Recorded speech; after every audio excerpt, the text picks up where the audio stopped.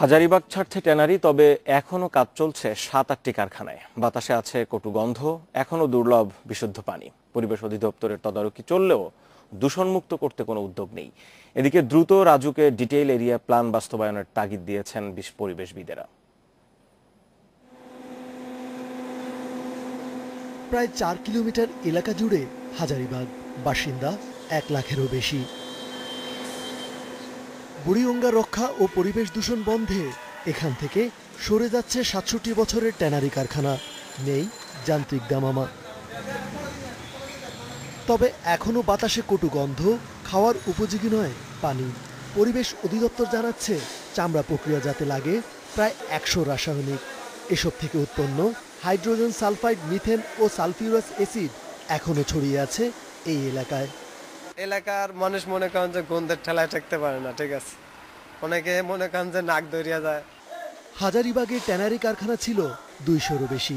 এরই মধ্যে সাভারের চামড়া শিল্প নগরীতে চলে গেছে ৬৫টি।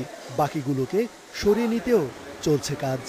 কিছু কারখানায় কাজ চলতে দেখা যাওয়ার জবাবে ট্যানারি অ্যাসোসিয়েশন বলছে এতে বড় কোনো ক্ষতি হবে না। ৭-৮টা ট্যানারি হয়তোবা এখানে টুকটাক কিছু কাজ করতেছে, বাট এটাও আপনার প্রসেসের কাজ না। সুতরাং এখানে হ্যাজার্ডিয়াস বা কেমিক্যালের ওয়েস্ট যাওয়ার মতো কোনো কাজ এখন হাজারীবাগে হচ্ছে না, এটা আমরা অ্যাসোসিয়েশন থেকে নিশ্চিন্ত বলতে পারি।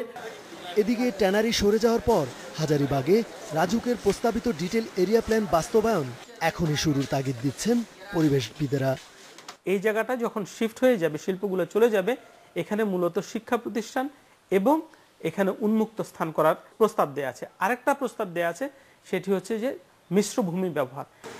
এই মুহূর্তে এলাকার পরিবেশের উন্নয়নে তদারকি ছাড়া উল্লেখযোগ্য কোনো পরিকল্পনা নেই পরিবেশ অধিদপ্তরের। ওখানে কর্মকাণ্ড যেগুলি সেগুলি ঠিকমতো বন্ধ আছে কিনা বা কেউ গোপনে বা অন্য কোনোভাবে চালাচ্ছে কিনা সেই জিনিসটা আমরা খুব ভালোভাবে মনিটর করতেছি। আর এখানে হাজারীবাগ কেন্দ্রিক আপাতত আমাদের কোনো প্রকল্প নাই।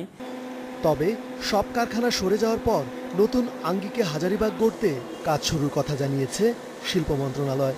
উন্মুক্ত স্থান সহ হবে আবাসিক, বাণিজ্যিক ভবন ও শিক্ষা প্রতিষ্ঠান। ৬৭ বছরের দূষণে জর্জরিত রাজধানীর হাজারীবাগ।